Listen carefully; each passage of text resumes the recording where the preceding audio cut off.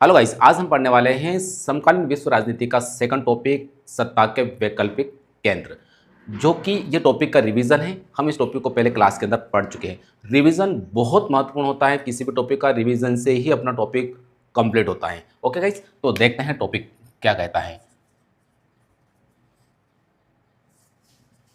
समकालीन विश्व राजनीति, ये हमारी बुक है और इसका जो टॉपिक है सत्ता के वैकल्पिक केंद्र। ओके, सबसे पहले हमको क्या चीज जानना है? सबसे पहले हमको पता होना चाहिए टॉपिक का सटीक अर्थ। तो टॉपिक का सटीक अर्थ क्या कहता है कि द्वितीय विश्व युद्ध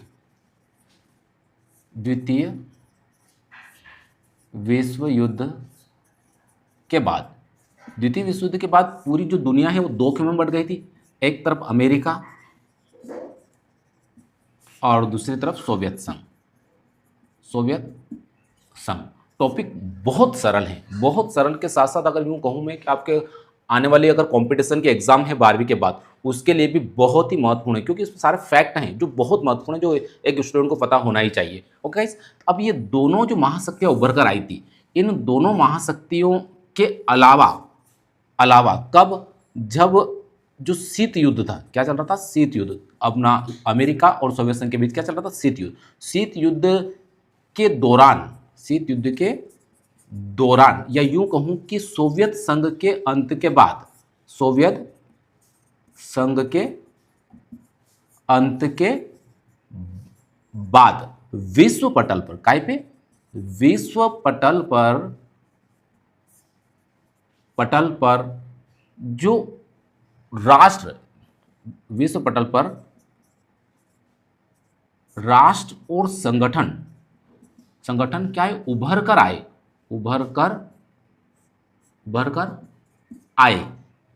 यही क्या कहलाए? सत्ता के वैकल्पिक केंद्र कहलाए। क्या कहलाए? वैकल्पिक केंद्र कहलाए। ये इसका यहाँ पर सटीक जवाब आपको पता होना चाहिए। कुल मिला के बात ये है कि जब सोवियत संघ का अंत हो गया था और केवल एकमात्र अमेरिका महाशक्ति बची थी, तो इस अमेरिका महाशक्ति को टक्कर देने के लिए या सीमित करने के लिए विश्व पटल पर कुछ राष्ट्र उभर कर आए और कुछ संगठन उभर कर आए। यही क्या कहलाए? सत्ता के वैकल्पिक केंद्र कहलाए। तो हम देखते हैं कि कौन से वो राष्ट्र हैं और कौन से वो संगठन हैं जो कि सत्ता के वैकल्पिक केंद्र कहलाए। अगर हम राष्ट्रों की अगर बात करें, तो राष्ट्र में अगर बात करें तो चीन, जापान, दक्षिण कोरिया। देखिए, हम यहां पर और भी बहुत सारे राष्ट्र हैं, जैसे रूस हैं। सोवियत संघ के विघटन के बाद इसका उत्तराधिकारी रूस बना। रूस हैं, भारत हैं, जर्मनी हैं। लेकिन हम यहाँ जो हमारे टॉपिक में दिए गए तीन यहाँ पर दिए गए हैं, चीन, जापान और दक्षिण कोरिया, इनके बारे में वर्णित करना है। अगर संगठनों की अगर बात करें तो संगठनों में हम चलेंगे, यहाँ पर कौन कौन से संगठन है? आसियान और यूरोपीय संघ, सार्क, ब्रिक्स। ठीक है, लेकिन हमारे जो टॉपिक में यहाँ संगठन दिए गए हैं इस वाले टॉपिक में, क्योंकि 12वीं क्लास के हिसाब से तुमको पढ़ना है, रिवीजन को करना है, तो आसियान और यूरोपीय संघ के बारे में इस टॉपिक के अंदर में पढ़ने वाले हैं। ओके, तो यहाँ अब देखते हैं, हम एक एक चीज को यहाँ पर क्लियर करेंगे। सबसे पहले अपन संगठनों के बारे में देख लेते हैं, यानी संगठन को बिल्कुल विस्तार से अध्ययन कर लेते हैं। तो सबसे पहले हमारा जो संगठन है आसियान। तो हम सबसे पहले आसियान के बारे में देख लेते हैं, आसियान की स्थिति क्या है। ओके गाइस, तो यहां लिखता हूं मैं आसियान। ये टॉपिक का रिवीजन है, मैं आपको पहले ही बता चुका हूं, रिवीजन है। रिवीजन में आपको सारी चीजें क्लास की याद आना चाहिए कि हमने क्या क्या वास्तव में टीचर्स ने क्या क्या पढ़ाया, हमको याद आ रहा या नहीं आ रहा है। तो हम आसियान के बारे में देखते हैं। आसियान सबसे पहले क्या है? ये एक क्षेत्रीय संगठन है, क्षेत्रीय संगठन है। आसियान क्या है? एक क्षेत्रीय संगठन है। अगर इसकी पूरे अगर नाम की बात करें, इंग्लिश में इसको बोलते हैं आसियान। यहां पर लिख दो, कभी कभी एग्जाम में क्या आता है कि इस आसियान का पूरा नाम पूछा जाता है, तो मैं यहां लिख देता हूं association of south east Asian Nations. ये इसका पूरा नाम है। अगर हिंदी में इसको कहें तो दक्षिण पूर्वी एशियाई एशियाई राष्ट्रों का संगठन, राष्ट्रों का संगठन, ये है अपना आसियान। अब क्या चीज देखना होती है, अगली अगली चीज देखना होती है कि आसियान की स्थापना कब हुई। आसियान की स्थापना, तो इसकी स्थापना की अगर बात करें तो इसकी स्थापना होती है 8 अगस्त 1967 के आसियान की स्थापना होती है। स्थापना का अगर बात करें तो ये 8 अगस्त 1967 को जो स्थापना हुई, ये हुई बैंकॉक घोषणा पत्र। कभी कभी एग्जाम में आता है कि बैंकॉक घोषणा पत्र, घोषणा पत्र से किस संगठन की स्थापना होती है, तो वो है आसियान। और आसियान की स्थापना का स्थान की बात करें तो इसमें हर चीज क्लियर होना चाहिए, तभी हमारा रिवीजन सॉलिड में आपको बार बार बता चुका हूं। ओके गाइस, तो स्थान की अगर बात करें तो स्थान जो है वह इसका बैंकॉक ही है। कहां पर है? बैंकॉक। जहां घोषणा पत्र, तो बैंकॉक, बैंकॉक कहां पे है? थाईलैंड है। बैंकॉक कहां पर है? थाईलैंड में है। लेकिन हम आसियान की अगर स्थापना के बाद अगर इसके मुख्यालय की अगर बात करें, क्या की बात करना है? मुख्यालय। तो मुख्यालय जो है, मुख्यालय है इसका जकार्ता, जकार्ता इसका मुख्यालय है। और जकार्ता कहां पर है? इंडोनेशिया में है, इंडोनेशिया में है।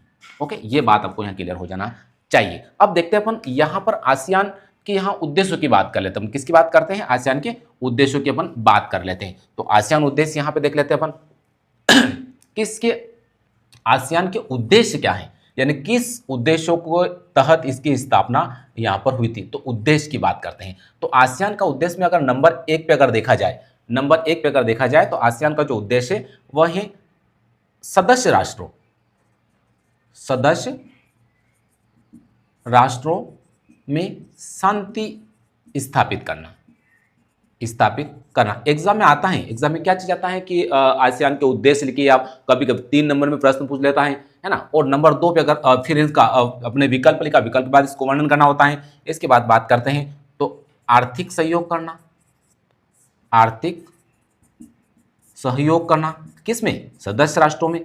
नंबर 3 पे अगर बात करें तो व्यापार में सहायता करना, व्यापार में सहायता करना, सहायता सहायता करना। और नंबर 4 पर अगर बात करें तो सामाजिक सांस्कृतिक सहयोग करना, सामाजिक सांस्कृतिक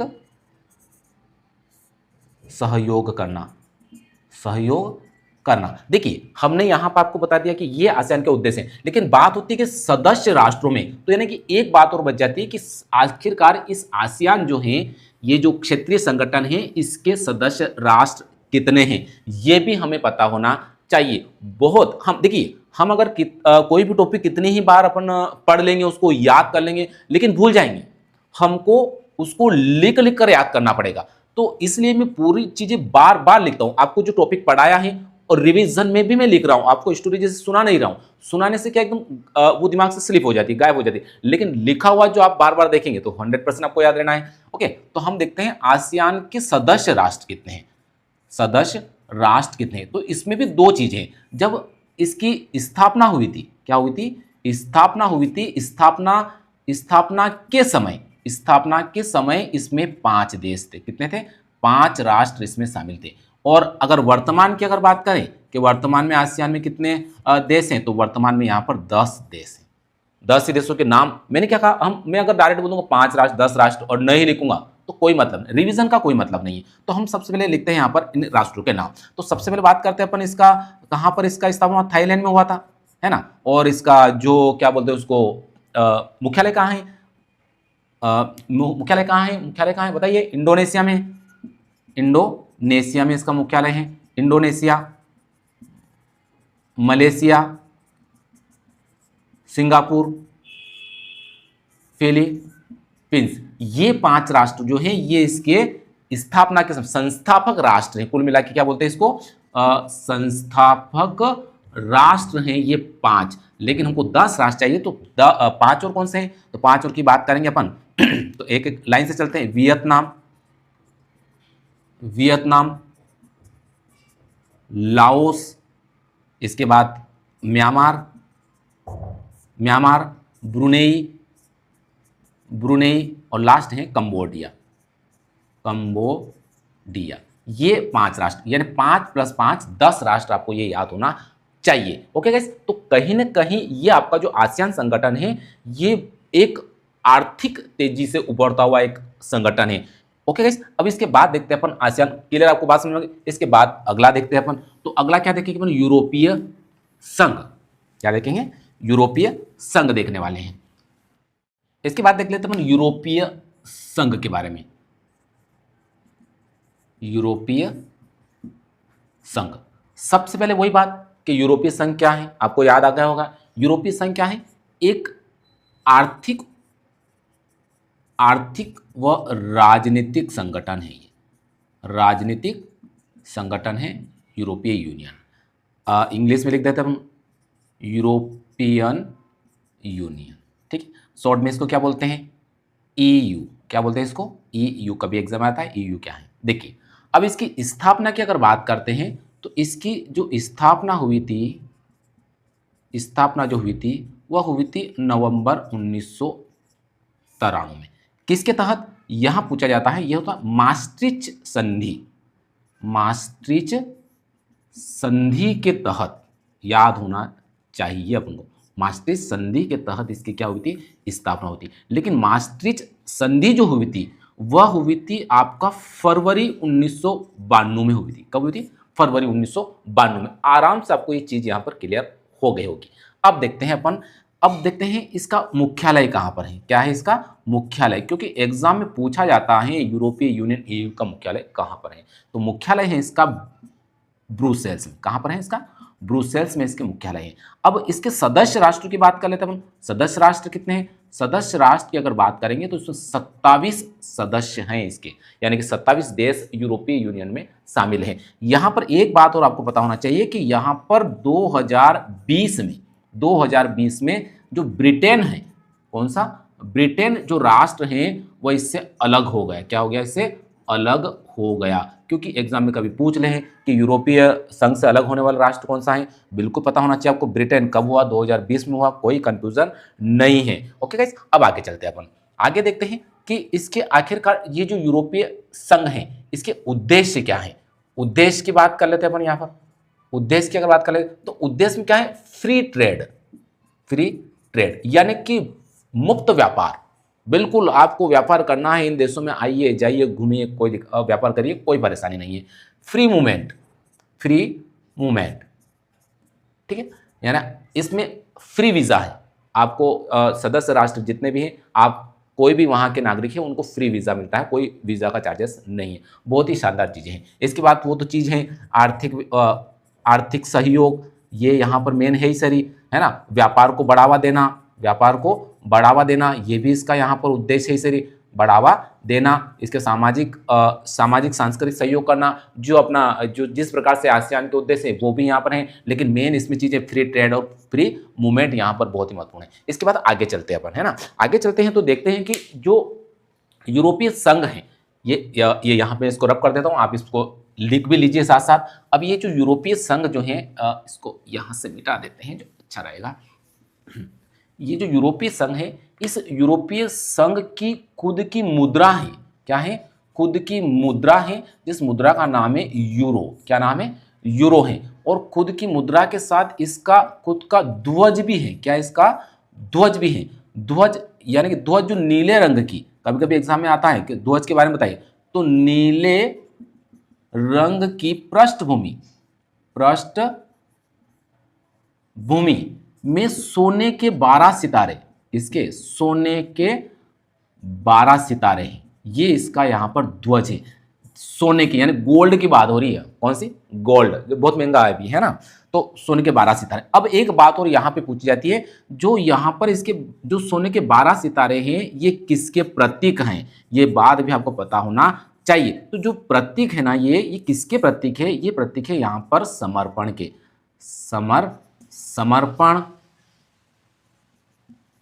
शांति, स्थिरता और सामंजस्य के ये प्रतीक हैं। कौन से? सोने के 12 सितारे। ये आपको पता होना चाहिए। यूरोपीय जो ध्वज है उसके 12 सितारे ये इसके प्रतीक हैं। कभी कभी एग्जाम में आता है तो ये आपको पता होना चाहिए। ऐसा नहीं अपन लिख दें कि ये जो ध्वज है वो राष्ट्रों के संगठन का राष्ट्रों को प्रतीक है, राष्ट्र को प्रतीक नहीं है। ओके गाइस, अब देखते हैं इसके बाद यहाँ पर एक चीज और यूरोपीय संघ की, कि इसका खुद की मुद्रा, ध्वज और इसका गान, वो भी कभी कभी पूछा जाता है। गान ये क्या होता है?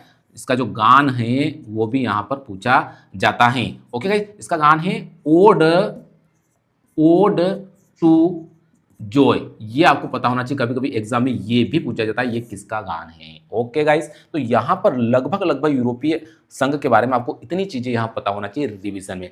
अब देखते हैं अपन यहाँ पर यूरोपीय संघ के बाद जो देखने वाले हैं वह देखने वाले अपन यहाँ पर इन कुछ राष्ट्रों के बारे में, राष्ट्रों के बारे में। ओके, देखिए सबसे पहले चीन देखते हैं संगठन के बाद चीन की क्या स्थिति।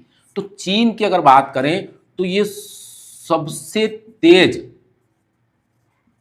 अर्थव्यवस्था के रूप में अर्थव्यवस्था के रूप में उभरा, ये आपको पता होना चाहिए। लेकिन कब उभरा और क्या पॉलिसी रही उसके उभरने का कारण, तो यहां आपको पता होना चाहिए कि 1978 में चीन द्वारा, इसके द्वारा चीन द्वारा खुले द्वार की नीति अपनाई गई। खुले द्वार की नीति अपनाई गई, ये पता होना चाहिए, एग्जाम में आता है। खुले द्वार की नीति किस राष्ट्र के द्वारा अपनाई गई थी? 1978 में चीन द्वारा अपनाई गई थी। खुले द्वार की नीति क्या होती है, कभी कभी ये भी पूछ ले तो हमें आना चाहिए। खुले द्वार की नीति का मतलब होता है कि सभी राष्ट्र जो चीन से व्यापार करना चाहते हैं, चीन से क्या करना चाहते हैं? व्यापार करना चाहते हैं सबके लिए, यानी सबके लिए एक जैसी पॉलिसी होगी, एक जैसी पॉलिसी यानी एक जैसा क्या होगा? नियम लागू होगा। कितनी अच्छी बात है, लागू होगा। ऐसा नहीं कि कोई राष्ट्र छोटा है कम व्यापार कर रहा है तो उसके लिए अलग नियम, कोई बड़ा राष्ट्र है ज्यादा व्यापार कर रहा है उसके लिए अलग नियम, ना जी ना। इसके ये बहुत इंपॉर्टेंट बात है। हम कभी कभी किसी दुकान पे जाते हैं, कोई अच्छा उसका पहचान वाला ग्राहक है उससे कम रेट लिया जाता है, कोई नया ग्राहक है ज्यादा रेट बताया जाता है, ज्यादा पैसा कमाने की कोशिश करता है, तो वो दुकान भी सक्सेस नहीं होती है। इसीलिए हमको भी अपनी पॉलिसी बनाना चाहिए। ओके, तो ये आपको पता होना चाहिए चीन के बारे में। इसके बाद हम बात करते हैं कि आगे चलते हैं, तो आगे देखते हैं जापान की स्थिति। बहुत इंपॉर्टेंट बात है जापान। देखिए जापान की अगर बात करें तो ऑटोमोबाइल तकनीक और इलेक्ट्रॉनिक्स है ना, इन चीजों में दुनिया भर में जापान का क्या है? दबदबा। ज्यादा बड़ा राष्ट्र नहीं है जापान, छोटा राष्ट्र है, लेकिन इसका दबदबा है। और दबदबा होने का कारण क्या है? इसकी अपन को विचारधारा पता होना चाहिए। तो जापान की अगर बात करूं तो जो जापान का जो संविधान है, जापान का क्या है? जापान का जो संविधान है, और संविधान का जो अनुच्छेद 9 क्या कहता है, क्या लिखा हुआ है कि जापान कभी भी युद्ध नहीं करेगा, कभी भी युद्ध नहीं करेगा। कितनी इंपॉर्टेंट बात है भाई साहब, कितनी इंपॉर्टेंट बात है। जापान कभी भी युद्ध नहीं करेगा। डेफिनेटली बात यह है कि जो लड़ाई से, युद्ध से दूर रहता है उसके दिमाग में केवल और केवल विकास ही चलता है, आगे बढ़ना, निरंतर आगे बढ़ना, कैसे अपने साम्राज्य को फैलाया जाए, यही बात चलती है। और जो युद्ध में उलझता है, जिसके दिमाग में लड़ाई चलती है 24 घंटे, वह कभी भी तरक्की नहीं करता है। तो हम इन कंपनियों की अगर बात करें तो कौन कौन सी बड़ी बड़ी कंपनियां हैं अगर जापान की एग्जाम में आ जाए तो टोयोटा, ठीक है, टोयोटा ऑटोमोबाइल्स कंपनी बहुत बड़ी कंपनी, विश्व भर में इसका दबदबा है। अगर टेक्नोलॉजी की अगर बात करें, इलेक्ट्रॉनिक्स की अगर बात करें तो यहां पर अपन देखेंगे सोनी और पैनासोनिक और टोयोटा के बाद यहां पर होंडा। बहुत इंपॉर्टेंट बात में भूल गया, होंडा, हीरो होंडा। अपने घर पे भी मोटरसाइकिल होगी भाई साहब, होगी, बिल्कुल होगी। तो इसलिए जापान कभी भी युद्ध, इसलिए यही इसका विकास, यानी कि विकास, आर्थिक अर्थव्यवस्था इसकी मजबूत है जापान की अगर बात करें। इसके बाद आगे चलते अपन, आगे अगर चलेंगे तो लास्ट बचता अपना जो आपके सत्ता के समकालीन केंद्र हैं, सत्ता के वैकल्पिक केंद्र का है, समकालीन केंद्र का है, टॉपिक एक ही है। अब इसमें जो लास्ट जो बिंदु बचता है वो बचता है आपका दक्षिण कोरिया। ये अपने इस टॉपिक में यहाँ पर नहीं है, लेकिन कुछ हल्के से अपन बात इसकी कर लेंगे। ओके, तो देखते हैं अब दक्षिण कोरिया के। तो दक्षिण कोरिया की अगर बात करें तो जो कोरिया 1945 से पहले एक ही राष्ट्र था कोरिया। इसके दो राष्ट्र बने, एक तो उत्तर कोरिया और दूसरा राष्ट्र बना दक्षिण कोरिया, यानी कि जैसे द्वितीय विश्व युद्ध समाप्त हुआ, कोरिया के दो भाग हो गए, दो भागों में बढ़ गया उत्तर कोरिया और दक्षिण कोरिया। हम यहाँ दक्षिण कोरिया की बात करें,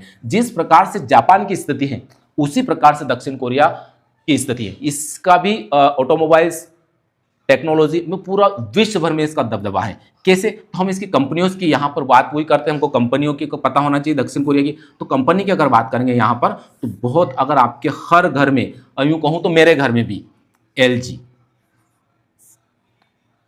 एलजी की टीवी ले लीजिए आप, फ्रिज ले लीजिए, मेरे घर पे फ्रिज है, 16 साल हो गए, खराब होते ही नहीं है। सैमसंग, ठीक है। इसके बाद अगर ऑटोमोबाइल्स की बात करें तो हुंडई, किया, आप देख लीजिए कितनी ब्रांडेड कंपनियां हैं जो दुनिया भर में इनका दबदबा है। ओके, और एक तरफ आप उत्तर कोरिया देख लीजिए, जो कि वहां का आपको पता ही है, तानाशाही शासन, किम जोन, कहीं नाम नहीं है। ओके, तो यहां अपन इस दक्षिण कोरिया के बारे में अपन को इतना पता होना चाहिए, यानी दक्षिण कोरिया की कंपनियों के नाम एग्जाम में पूछे जाते हैं, ये आपको पता होना चाहिए। अब हम देखते हैं कि हम बात कर रहे हैं कि चीन, जापान, दक्षिण कोरिया, है ना, इनके रूस, जर्मनी, तो क्या भारत कमजोर है? ना जी ना, भारत कमजोर नहीं है। हम यहां पर कुछ पहले भारत की बात कर लेते हैं। अगर भारत की अगर बात करें कि आसियान के साथ संबंध, और एक तरफ क्या, यूरोपीय यूनियन के साथ, यूरोपीय संघ के साथ, है ना। तो भारत की स्थिति की, इन आसियान और यूरोपीय संघ का भारत सदस्य राष्ट्र नहीं है, लेकिन मैं आपको बात करूं कि ये आसियान से भारत के संबंध 1992 से हैं, व्यापारिक संबंध। कब से हैं? 1992 से। और 2004 से रणनीतिक साझेदार हैं, रणनीतिक साझेदार हैं भारत इससे, आसियान से। ओके, अगर यूरोपीय संघ की भी अगर बात करूं, यानी कि यहां पर 2014 में क्या बना? रणनीतिक साझेदार बना भारत। ओके गाइस, इसके बाद अगर हम बात करते हैं कि भारत की, तो भारत बहुत मजबूत स्थिति में क्यों है? क्योंकि भारत एक विशाल उपभोक्ता वाला, क्या है? विशाल उपभोक्ता वाला राष्ट्र है, उपभोक्ता वाला राष्ट्र हैं। यहाँ बहुत बड़ी जनसंख्या है, भारत की बहुत बड़ी जनसंख्या है, यह भी हमारी ताकत है। और अगर बात करें यहाँ पर अगर भारतीय कंपनियों की, ऐसा नहीं कि जैसे कि हमने चीन, जापान की कंपनियां देखी, दक्षिण कोरिया की कंपनियां देखी, जो बहुराष्ट्रीय कंपनियां हैं, भारत की भी बहुराष्ट्रीय कंपनियां हैं जो कि पूरे विश्व में उनका भी दबदबा है। कौन सी बात करें? तो बात करें अपन टाटा की, अगर बात करें जो वैश्विक स्तर पर कंपनियां। इसके बाद TCL की अगर बात करें तो ये भी वैश्विक स्तर कंपनियां, बहुत सारी कंपनियां हैं। जैसे विप्रो की अगर बात करें, है ना, विप्रो की अगर बात करें तो ये भी विश्व स्तर की कंपनी है।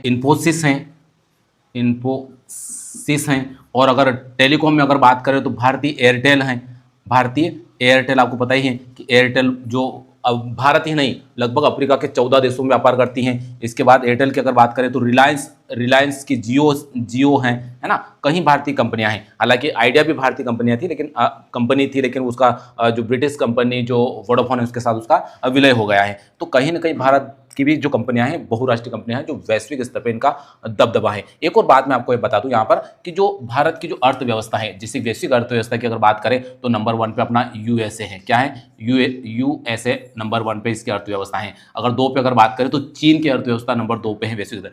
तीसरे पे अगर बात करें तो जर्मनी है, फिर जापान है ना, इस प्रकार से। लेकिन अगर भारत की अगर बात करें तो भारत भी ज़्यादा पीछे नहीं है। भारत की अर्थव्यवस्था की वर्तमान की बात करें तो छठा स्थान है। कौन सा? छठा इसका यहाँ पर स्थान है। लेकिन आपको मैं बता दूं कि अगर जो भारत की जो विकास की जो गति है, विकास की गति जो है, क्या है? विकास की गति, अगर जीडीपी की बात करें, जीडीपी की, जो कि 7.5 से 8% बनी हुई, अगर यही बनी रहती हैं तो 2030 और 31 आते आते भारत की जो अर्थव्यवस्था है, अर्थव्यवस्था वाला देश है, वह आ जाएगा तीसरे नंबर पे। किस नंबर? तीसरे नंबर। कुल मिला के जर्मनी और जापान को पीछे छोड़ देगा। यूएसए, चीन और क्या आ जाएगा यहाँ पर?